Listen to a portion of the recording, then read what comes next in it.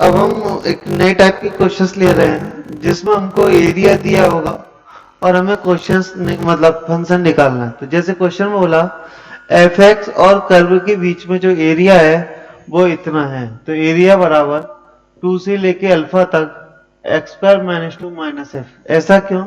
क्योंकि जो हमारा एफ एक्स है वो पैराबोला के नीचे है, तो पैराबोला माइनस एफ एक्स।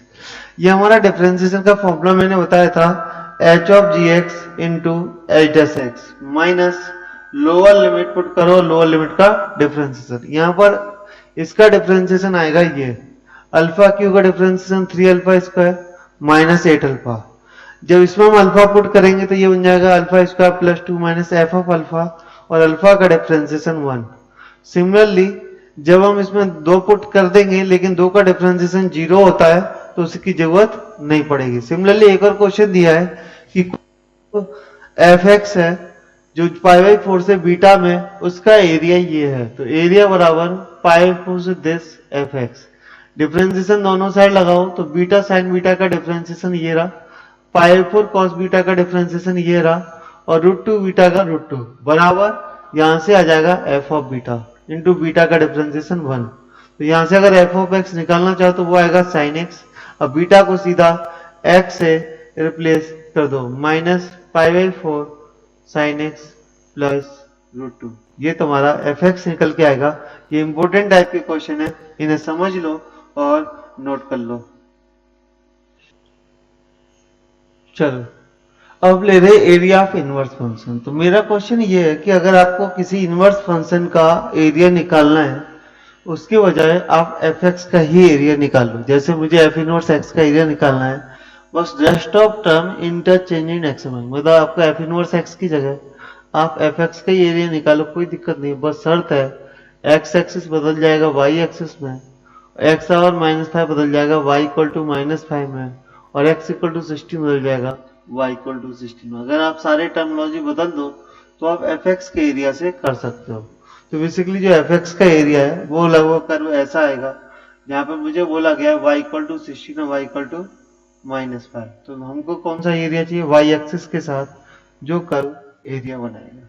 ठीक है, तो मुझे वाई एक्सिस के साथ एरिया चाहिए तो मुझे एक्स की वैल्यू चाहिए, तो यहां से एक्स की वैल्यू निकालना डिफिकल्ट है। तो मैंने क्या किया, ये सोचा कि वाई की वैल्यू 16 कब आएगी। तो वाई की वैल्यू 16 कब आएगी? वो आएगी 2 पर। आप रख के देख लो, 2 16 आ जाएगा। सिमिलरली वाई की वैल्यू -5 कब आएगी? इससे पूछा -5 कब आएगी, तो ये बोला -1 पर आएगी। तो ये एरिया निकालने के बजाय अब मैं इस एरिया को लिख सकता हूं, स्क्वायर का एरिया 32 माइनस 0 से लेके 2 तक माइनस 0 से लेके 2 तक x Q plus 4x। Clear है? प्लस, और नीचे का एरिया कितना हो गया? -5 इंटू -1 5 माइनस मोड लगा देना क्योंकि इसका एरिया नेगेटिव आने वाला है -1 से 0, क्योंकि 5 पूरे स्क्वायर का एरिया और ये वाला एरिया माइनस कर दो तो ये आपका रिक्वायर्ड एरिया मिल जाएगा। समझने का थोड़ा ट्राई करो। तो -1 से 0 एक्स क्यू प्लस 4x। आप इसे सॉल्व करिए। सॉल्व करने के बाद जो आंसर आएगा तो ये आएगा 32, और ये वाला जो सॉल्व होने के बाद आंसर आएगा वो आएगा करीब 12। कितना आएगा? ये आएगा एक्स क्यू माइनस, मैं आपको बता देता हूं कितना आंसर आने वाला है, तो वो आएगा 20। अच्छा, ये 5, ये निकल के आएगा 9/4। पूरे को सॉल्व करने के बाद जो आंसर बचेगा वो बचेगा 91/4। समझने का ट्राई करिए। ऊपर का एरिया निकालने के बजाय आपको y सिंपल पता है तो ये एरिया स्क्वायर के एरिया में से माइनस करके निकाला गया है। तो ये क्वेश्चन आप अच्छे से समझ लीजिए। और समझने के लिए मैं एक और एग्जांपल ले लेता हूँ। y बराबर साइन वर्स x। तो मैं बोला गया x एक्सिस x बराबर 0 से x बराबर 1 तक निकालिए। तो मुझे साइन वर्स x के बजाय मैंने बोला क्यों ना साइन x की बात कर लो। x एक्सिस की जगह y axis, x y equal to 0 से y इक्वल टू 1। समझिए जो x की वैल्यू थी वो y में बना दी, x एक्सिस को y एक्सिस कर दिया, मतलब मुझे ये एरिया चाहिए। तो ऑब्वियसली बात है फिर से मुझे x की वैल्यू चाहिएगी। तो बेटर देन ट्राइंग 1 इंटू, तो ये वैल्यू कितनी होती है? π/2। तो मैंने स्क्वायर का एरिया लिया π/2 माइनस 0 से π/2 साइन x। तो यहां से आंसर आ जाएगा π/2 -1। तो मतलब आप इनवर्स फंक्शनों का एरिया आप सिंपल तरीके से भी निकाल सकते हो। अब हम अपने चैप्टर की last heading area of region पढ़ेंगे। तो रीजन हम पढ़ने वाले हैं। तो जैसे इक्वल का अगर साइन कर्व के बीच में लिखा है y बराबर समथिंग, तो वो एक कर्व होता है। लेकिन अगर इक्वल की जगह इनइक्वलिटी लगा दी जाए तो वो बन जाता है तुम्हारा रीजन। तो ये रीजन किस तरह से काम करेगा, ध्यान से सुनिए। Mod X plus mod Y बराबर है, ये आपने स्ट्रेट लाइन में पढ़ा था। इसका जो ग्राफ है कुछ ऐसा आएगा। अब हमें पता करना है कि इसके या तो अंदर का रीजन होगा या बाहर का। तो अंदर का रीजन काम कर रहा है या बाहर का रीजन, उसे बताने के लिए हमारे पास एक पॉइंट होता है जिसका नाम होता है 0,0। आप ये पता करो कि अगर ये ए पॉजिटिव है तो क्या 0,0 इसे सेटिस्फाई करेगा, नहीं, क्योंकि 0 + 0 0 और 0 की वैल्यू ग्रेटर देन ए नहीं हो सकती। नहीं हो सकती तो मतलब ये इसके बाहर की तरफ का रीजन आएगा। क्लियर है, मतलब बाहर जितना भी ये एरिया है ये कर्व को रिप्रेजेंट करेगा। अच्छा, इस कर्व की बात करिए तो ये सर्किल है जिसकी रेडियस कितनी है ए। प्लीज समझाता हूं, इसकी रेडियस कितनी है ए। तो जो सर्किल है वो इस कर्व के, अच्छा मैं सर्किल को थोड़ा बाहर बनाता हूं। तो ये सर्किल है वो कुछ ऐसा आएगा। और सर्किल में 0,0 रखकर देखो तो 0 + 0 <= a²। ऑब्वियसली बात होता है। तो इसके अंदर जो बाउंड्री रीजन है वो ये है। और हमको चाहिए इन दोनों के बीच, दोनों रीजनों का भी बाउंड्री रीजन। तो ये दोनों रीजनों का बाउंड्री रीजन कैसे आएगा, ध्यान से देखिए। कुछ इस तरह की डिजाइन बनेगी जिसमें बोला गया स्क्वायर के बाहर और सर्किल के अंदर। तो ये एरिया कुछ इस तरह से बनेगा। चलो, तो ये एरिया कितने के बराबर होगा, ऐसा आप 10th क्लास में अच्छे से पढ़ चुके हो। सर्किल का एरिया πa²। स्क्वायर की ये वाली साइड √2a होगी, क्योंकि ये a है, ये a है, तो ये √2a साइड हो गई। तो ये आ गया 2a²। क्लियर है, उम्मीद है समझने का कोशिश करो। हम कैसे पता चला कि अंदर का एरिया बाहर का, तो पॉइंट है 0,0। अगर किसी कर्व में 0,0 फेल होगा तो 1,0 0,1 किसी भी पॉइंट से पता कर सकते हैं। तो 0,0 इसे सेटिस्फाई नहीं कर रहा इसलिए बाहर की तरफ, इसे सेटिस्फाई करा अंदर की तरफ। तो दोनों में देखिए कॉमन एरिया ये निकल के आएगा। अगला क्वेश्चन। चलो, तो हमने अब तक बात को समझने के लिए कुछ और क्वेश्चन लिए हैं। तो ये mod x + y <= 1 का मतलब हो गया x + y = 1, x + y = -1। ये कुछ ऐसा हो गया। यहां से आ जाएगा y - x = 1 और y - x = -1। तो ये चारों लाइनों को ड्रॉ कर लीजिए, कुछ ऐसी डिजाइन फिर से बन जाएगी। क्लियर है, सर्किल दिया है लेकिन जिसकी रेडियस कितनी हाफ, तो मैं उस सर्किल को डायरेक्टली बता रहा हूं। सर्किल का दिया है ठीक है, लेकिन मुझे क्वेश्चन थोड़ा सा गड़बड़ लग रहा है। तो गड़बड़ ये कि ये लेस का नहीं ग्रेटर का साइन है। तो मतलब पॉइंट 0,0 रखकर देखो तो पता चलेगा सर्किल के बाहर है, लेकिन इनमें 0,0 रखकर देखो पता इस डिजाइन के अंदर है। तो जो बाउंडेड रीजन आएगा वो कुछ इस तरीके का निकल के आएगा। ठीक है, तो स्क्वायर का एरिया, ये साइड √2 है तो स्क्वायर का एरिया हो गया √2 का स्क्वायर माइनस सर्किल का एरिया पाई × 1/2 का स्क्वायर, क्योंकि सर्किल की रेडियस हाफ है और रेडियस निकालना तो तुमको आना चाहिए। नहीं आता है तो अच्छी बात है, मैं आपकी कोई हेल्प नहीं कर सकता। अगला है y > √x। तो y = √x का ग्राफ ऐसा होता है। तो सबसे पहले पता करेंगे रीजन इसके नीचे। अच्छा, एक और चीज, अब रीजन इधर नहीं आएगा। अगर x की वैल्यू 0+ है तो 0+ में या तो ये नीचे का रीजन पूरा या ऊपर का रीजन, ये दो ही रीजन डिसाइड होंगे। क्लियर है, तो y > √x। तो 0,0 तो इस पर लाई कर रहा है, मैंने पॉइंट 1,0 पकड़ा। तो 1,0 पकड़ा तो 0 > 1 नहीं होता, तो इसके ऊपर का एरिया, तो ये इसके ऊपर के एरिया को लाई करेगा। सर्किल है जिसकी रेडियस कितनी दी है, सर्किल है x² + y² <= √2 नहीं है, ये 2 है। तो मतलब √2 सर्किल का ये रेडियस का सर्किल है जिसके अंदर ये पॉइंट लाई कर रहा है, आप देख सकते हो। तो कॉमन जो एरिया आएगा वो ये निकल के आएगा, ये नहीं आएगा, जो दोनों में कॉमन होगा। अच्छा, अब ये एरिया कैसे निकलेगा, ऑब्वियसली बात है सर्किल माइनस पैराबोला से। कहां से निकलेगा, सर्किल माइनस पैराबोला। तो सर्किल कितना सर्किल है, सर्किल से x की वैल्यू सॉरी y की वैल्यू निकल के आएगी √2 - x²। देख लीजिए निकालकर। और यहां से जो x की y की वैल्यू निकल के आएगी वो आएगी √x, जिसे आप ये पॉइंट हम अगर सॉल्व करें, ये पॉइंट अगर हम सॉल्व करेंगे तो मेरे हिसाब से आंसर निकल के आएगा 1।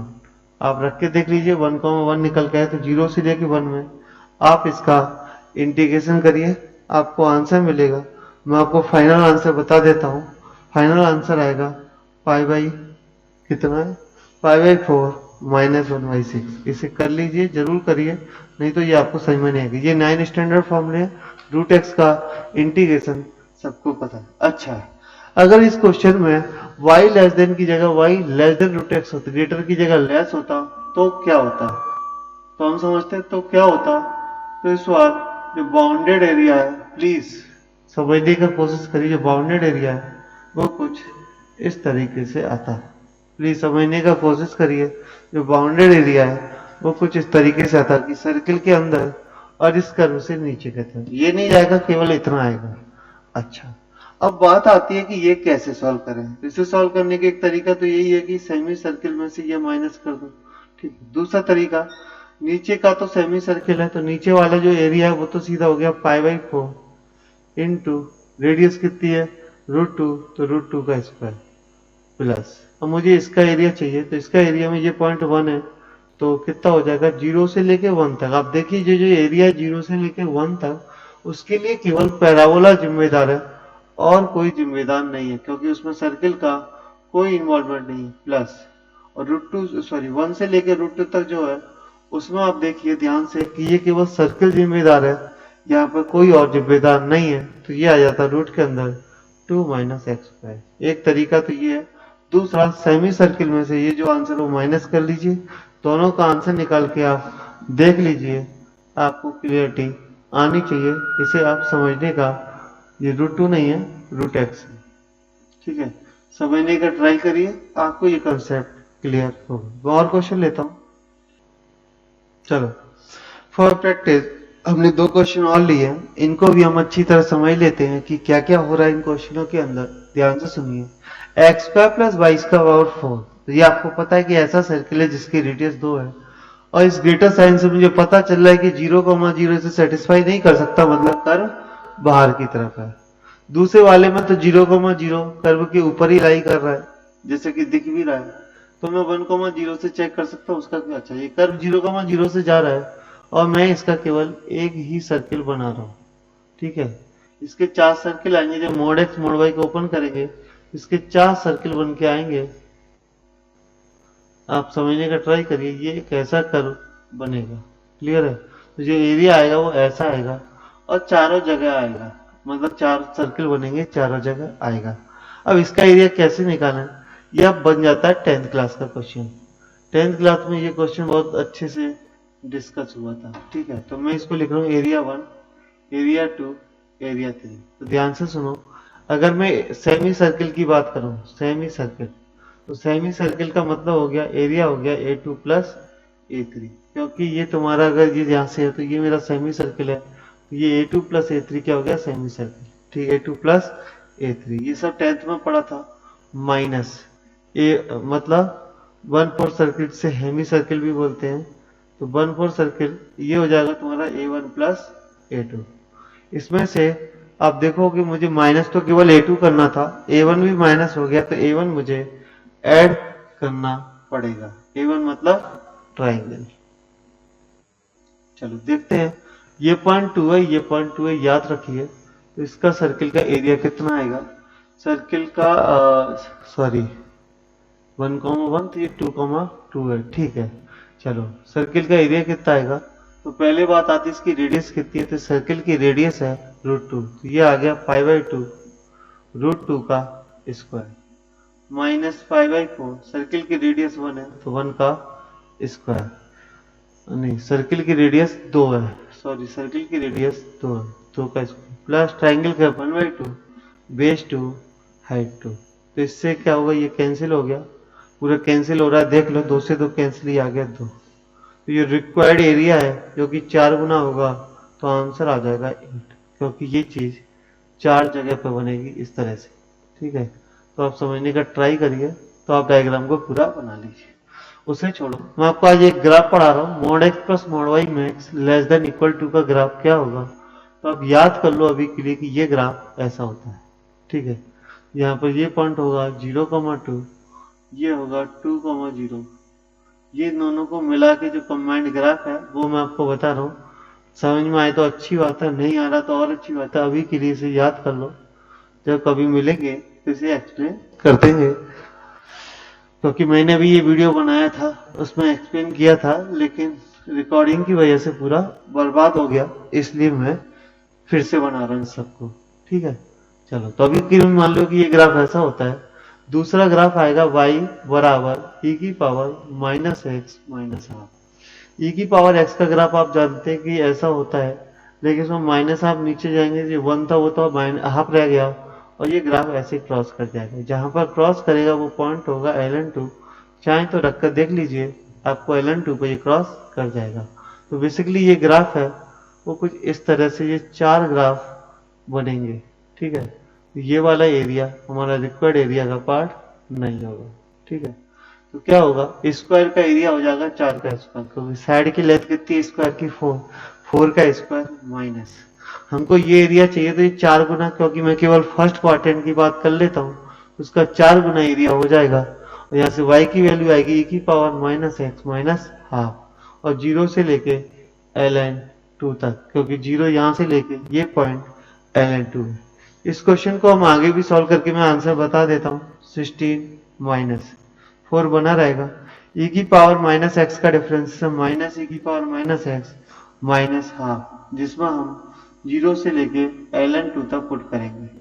16 इंटू 4, जब मैं ln2 रखूंगा e की पावर माइनस ln2, तो e की पावर माइनस ln2 का मतलब हो गया e की पावर ln हाफ, बोले तो हाफ, बोले तो माइनस हाफ, और ये xy2 है, हाफ का इंटीग्रेशन xy2, xy2 का आ जाएगा minus ln y2 upon 2।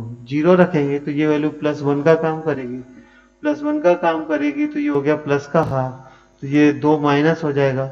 16 minus 2 बोले तो 14, 16 माइनस 2 बोले तो 14 प्लस 2 ln2, ये इसका आंसर आएगा। आपको समझ में आ रहा है, अच्छी बात है, नहीं आ रहा है और अच्छी बात। अब हम कुछ क्वेश्चन देखेंगे जिनके सिर्फ डायग्राम बनाएंगे, एरिया तुमको निकालना है। चलो एक और क्वेश्चन देखा है, तो एक ट्राइंगल दिया है जिसकी लेंथ में डायरेक्टली 8 लिख रहा हूँ, तुमको पता है 0,0 और 8,0 ये तुम्हारे ए बी हैं। तो बोला है कि ट्राइंगल का एरिया निकालो जिसके लिए ये पॉइंट पी, तो ये ट्राइंगल कुछ ऐसा बनेगा जो कि पूरे एरिया के ट्राइंगल का 1/3 होता है।